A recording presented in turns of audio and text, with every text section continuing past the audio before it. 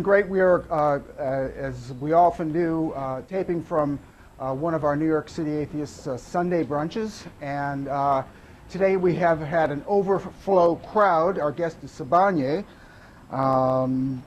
And for those of you atheists out there who are watching who think you've been persecuted, we're going to give you a perspective on what it's like to be black and atheists. Being a black atheist in Harlem, where it's known for there having 3 churches on every street, is being a black atheist in Harlem is considered pretty much close to being Satan yourself, as close as you can get. And Sibanye is an old friend of ours. We actually did a show with him several years ago, and he's been has come to several New York City atheist meetings. And the name Sibanye means "we as one" in Swahili.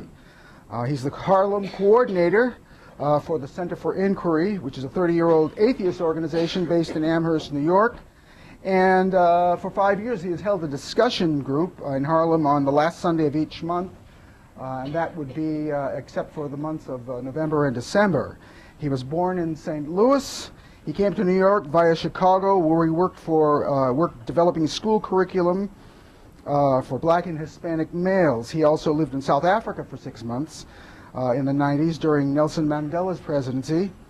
And he continues to work on its educational system. In any case, today Sibanye will speak to New York City atheists about race and religion, what it's like to be an atheist organizer in super religious Harlem, or as he puts it, the good, the bad, and the ugly of Harlem's religion. So please join me in welcoming Sibanye. So then it shook my faith, but here's the deal though. The thing that really broke my faith was when I took a class in African American history. And I learned that slavery lasted for 300 years. You know, we had kind of glossed over that subject in grade school and high school, and frankly, we didn't really deal with it. You know, it was just too, too painful for us.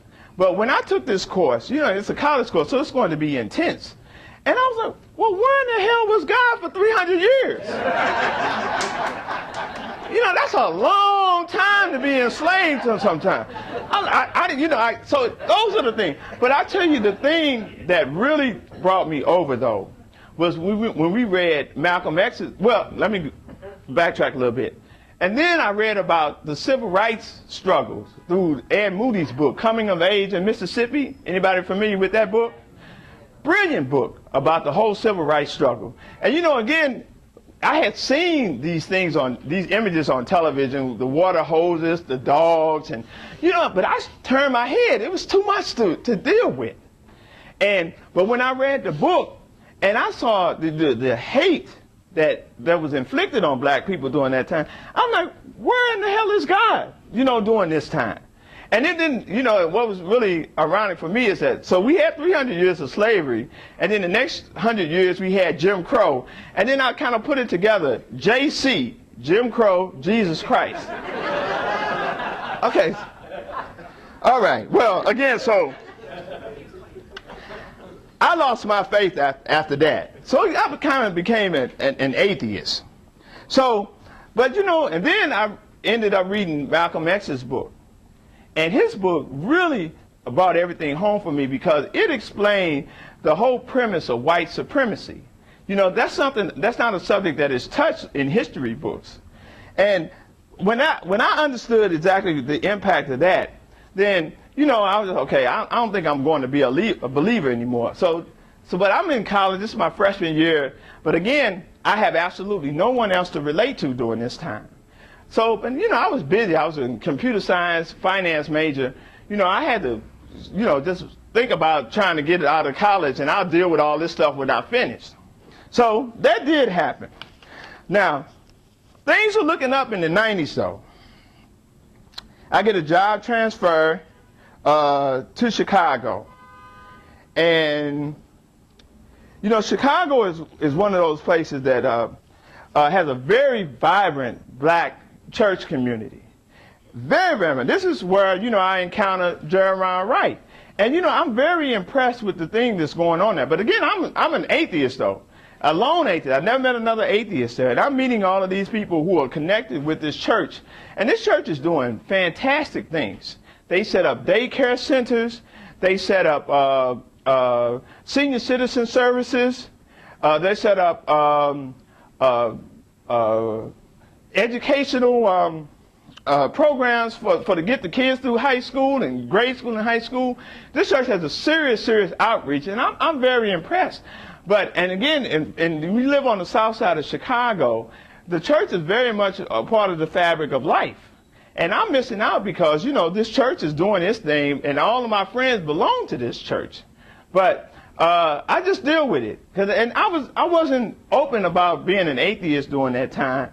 I would pick and choose whom I told I was an atheist to, because again, I didn't want to deal with the isolation. It was just too much, but it was real. But what ended up happening was, and this explains how I ended up running this group. I took a trip to Tulsa, Oklahoma, and I was visiting a friend of mine that was teaching at the Oral Roberts University, and he, yeah, that was an interesting thing too, and. He took me to this area called Black Wall Street. Does anyone in here know what Black Wall Street is? Right, a few people. That was the scene of the worst race riots in the United States. Tulsa, Oklahoma had developed this black community. And in the 1920s, anywhere from 1,500 to 3,000 black people were killed. And this is something, you know, we don't read about in our history books. But there was a book going around at that time that was promoting, that was talking about this issue. And so I asked my friend to take me down to that area. Well, I went down to the area, and it just so happens a black bookstore is there. And I'm looking through the selections to see if there's anything I didn't have. And by that time, my collection was pretty extensive. And I see this book here. Black Humanist. I didn't know what a humanist was. And I'm like, okay, well, this is interesting. Let me flip through this. And then I discovered that, oh, I am not alone. There is someone else on this planet that I can relate to. And then I discovered that these brilliant intellectuals who, you know, were my heroes, like Frederick Douglass and W.E.B. Du Bois and Hubert Harrison, who I had just gotten introduced to in this book, J.A. Rogers, and Chiap Diop. These were people that were atheists. So I'm like, okay, we do have this thought in our community, but it's not something that I was exposed to. So, you know, again, I'm empowered, you know, by seeing all this stuff. But again, still had not met a fellow atheist, and I'm in my early 30s at this particular point. Well, I'm going to fast forward some here. So, but and the whole point is, all the while now, the black church is thriving. Mega churches are springing up everywhere. And of course, one of them was Jeremiah Wright's church. And, you know, so it was, wow, these churches just exploded. And let me tell you, you got to the point too now. One of our members is from LA. Chicago now has a church where a pastor built a $50 million church on the south side of Chicago. $50 million. LA has a church that costs about $50 million. I think they're competing with each other. And I've happened to see both of them through my travels. I mean, they are to behold. They are really to behold. And the reason why I bring this up too is because one of the things that's happening with the black church, and the reason why it was thriving, especially over the past 20 years, is that the black church has really been the provisional government in our community. They are the largest landowners. No politician can expect to be elected without going through the black church. When Bloomberg was running, he came up to Harlem and sat in the right at the speaker's pew and addressed the congregation. And the same thing across the whole country. And their Lord doesn't even know how much flush with cash they are. You know, these churches are racking the millions. They've been saying that, you know, I think last year there was some sort of congressional inquiry about how much these churches were making. But it wasn't a lawful decree, so they dismissed them. But, you know, they've been raking in hundreds of billions of dollars over the past 20 years. But And one thing about, especially with these black churches, is that these members tithe. That 10% that's stated in the Bible, that stuff is taken very seriously in the black community. And when you consider that, the black community's income is, somewhat limited, things that's happening too, all of these things are spiritually grounded. So the people feel safe about their children being there. And it's in the community too. They know these people. So these are services, especially for the senior citizens, that they have to offer. These are things. So this article, when we discussed, this wasn't anything that we didn't know about the black community. But the issue for us is that if you replace their belief system with atheism, what's in it for them? What is going to be the benefit if you replace their belief system, this provisional government that we have in the black community, with atheism? Yes, atheism is intellectually stimulating, but you can't, feed a family on spiritual food. You need things of substance to offer, and that's what these churches are doing. So one of the reasons why I wanted to discuss this particular article was so how do we as an atheist community address those concerns, especially in the black community? Especially in the black community. And one of the things that I want to bring out here, and I want you guys hold on to your seats when I state this. I think that our atheist organizations, that whole faith-based, the program is called Faith-Based Community Initiative Program. Non-for-profits can apply for that money and offer services to the community. It would raise our profile if we did.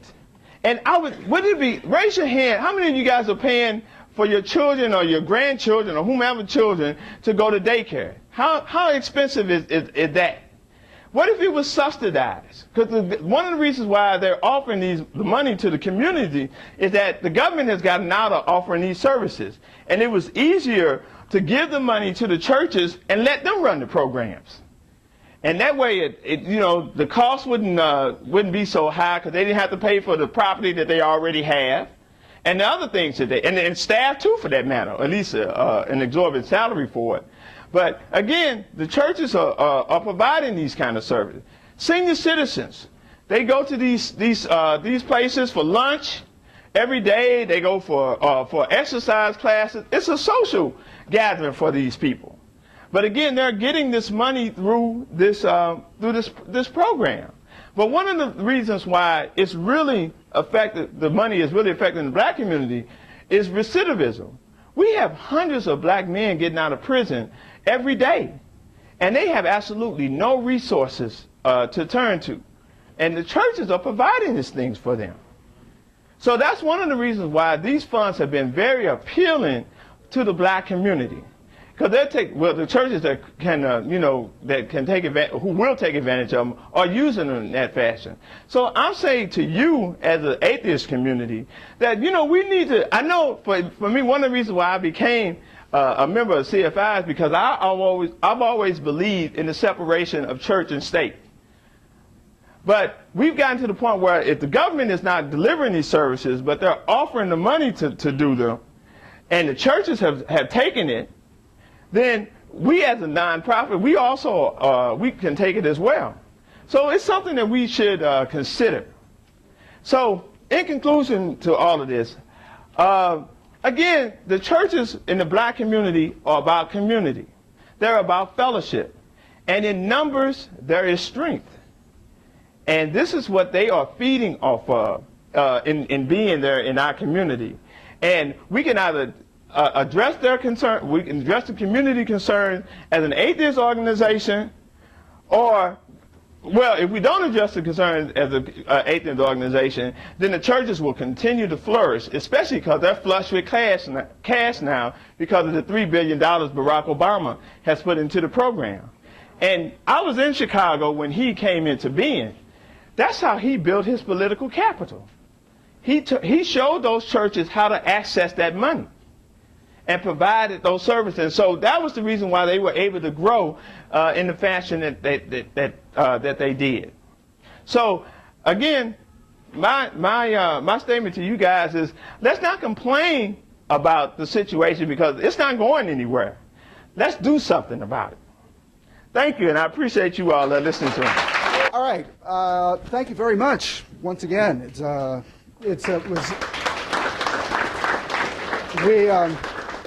We had a great interview a couple of years ago on the show, but it's even better. I have to say this is probably the largest turnout we've had at one of our Sunday brunches.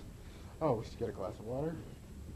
And so we'd like to take a little Q&A. Howard? Saying welfare, I mean, that's a very small percentage. You know, certainly they do go, but they're getting their money from the middle class as well. They go singing serious.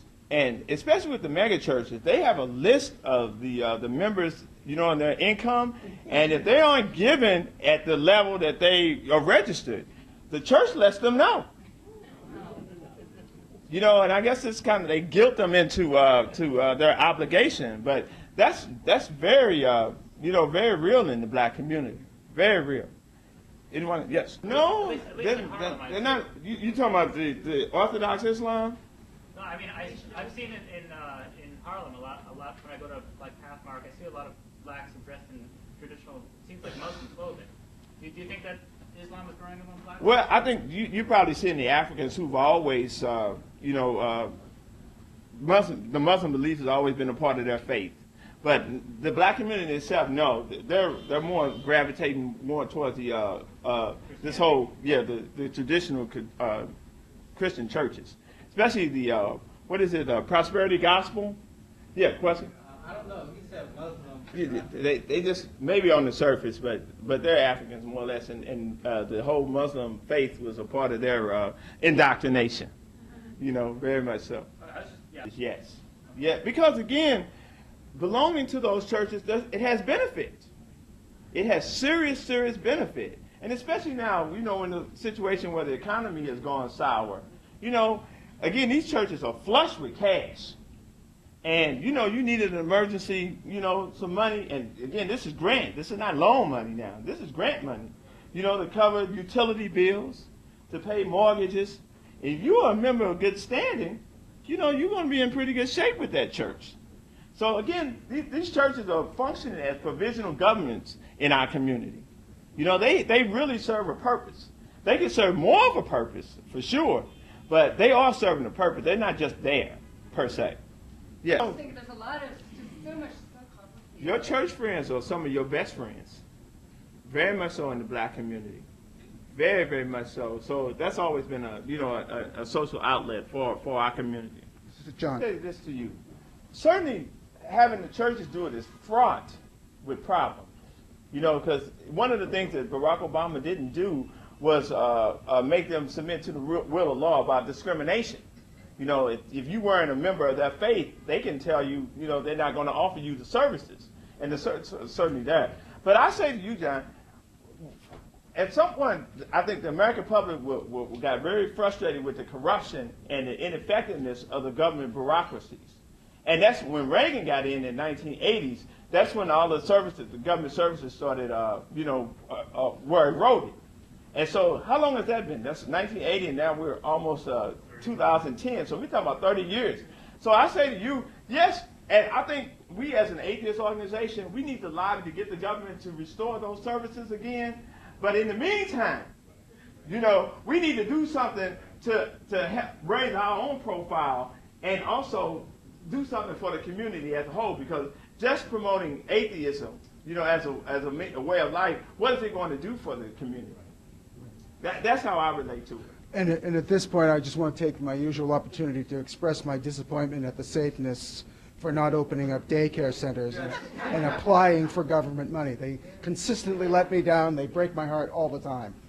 But you know what? But they will get over it because they need it. You know, they will get over. So let's put ourselves out there. And again, if we have something to offer, then they may not be, you know, they may be receptive to us. But right now, all we're doing is say, you know, we're atheists, and you know, you deal with whatever it is. We deal with things the way we deal with them, and you deal with the way the things you deal with it. I don't think I make sense with that. But you know, you kind of get it. The whole point is that, you know, again, we need to just offer the services. But again, I think we need to be lobbying the government to get them to restore these services, because you know, it creates jobs in that manner too. good paying jobs, because one of the things you can take that money for the faith-based community, and you can offer, you can pay people a salary, but it's just going to be, you know, a living wage salary. It's not going to be anything with any benefits. It's not going to have any health care, you know, and we may end up having that anyway with the Barack Obama Universal Health Plan. But those are the things that, but we got to do something in the meantime, and I think that's what needs to be done. Okay, information. We don't have a, you know, I'll tell you one of the things. How do I relate to that question? We don't necessarily advertise in the Harlem community itself. You know, everything is through the internet. You know, because you know it's a matter of financing those things, and the internet is the easiest place to do it. So through, by the way, our group is signed on meetup.com. You know, you can always go there and find out exactly what we're talking about and what we do. And of course, we have our websites. So it's a matter of people wanting to look for the information, because we don't have a budget to go out in the streets per se. But I know, you know, we could set up a table in Harlem, you know, and do the tabling like the New York City Atheists do, you know, easily. And we do that during street fairs, but it's not something that we do, you know, all the time. So let me interrupt. Could you just, for our viewers' sake, because I don't know if it's going to be on the crawl, could you mention the address of your website? Oh, yes. It's www.cfinyc.org. www.cfinyc.org. And they can click on that. And Yeah, they can click on that. Yeah. We got a question back here. Yes, sir. Yeah. Sibanye, I was interested in what you said about. Jan, loud, please. You know I can't project my voice. Why do you say that? We need better audio. He'll repeat my question. I was interested in what you were saying about these black churches being so rich and the money coming in. And that's very interesting to me as an atheist, because we have one hell of a time getting $25 a year out of our members for 1 year. But we don't know how, it's like pulling teeth. you don't have the moral guilt that they have. That's what the deal is. Because atheists have no morals. That's what it is. Yes, listen. I mean, but it would be through those organizations, though. You know, and we wouldn't be able to promote the fact that we're atheists offering these services. So I'm saying we need to do this stuff directly. And we certainly have the intellectual wherewithal to write these grants, to run these programs. We would be brilliant at doing it.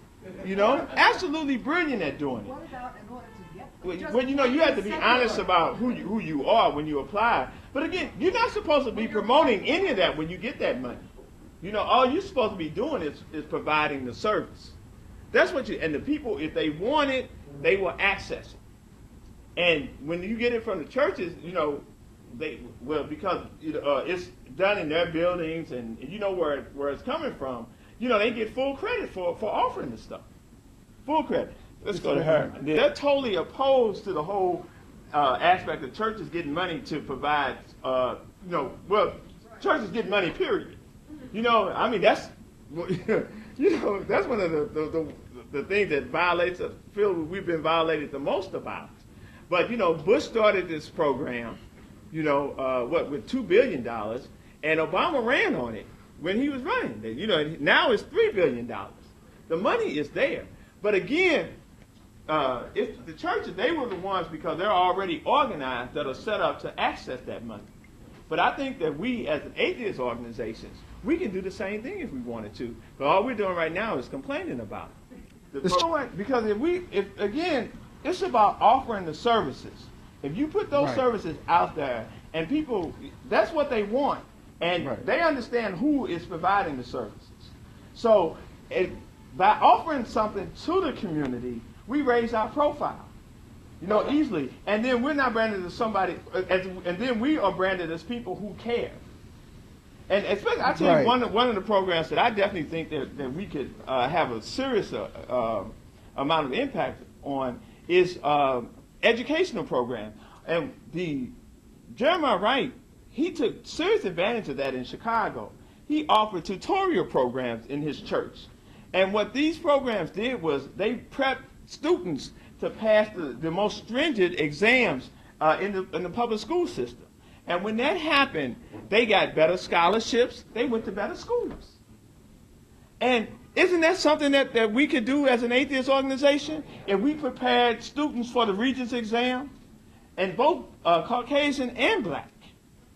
You know, if we set up tutorial programs to for that reason, and we're at CFI office, wherever it is that we have places at, we can have an impact on the community. And would you believe that, and you know how it's about the children's success.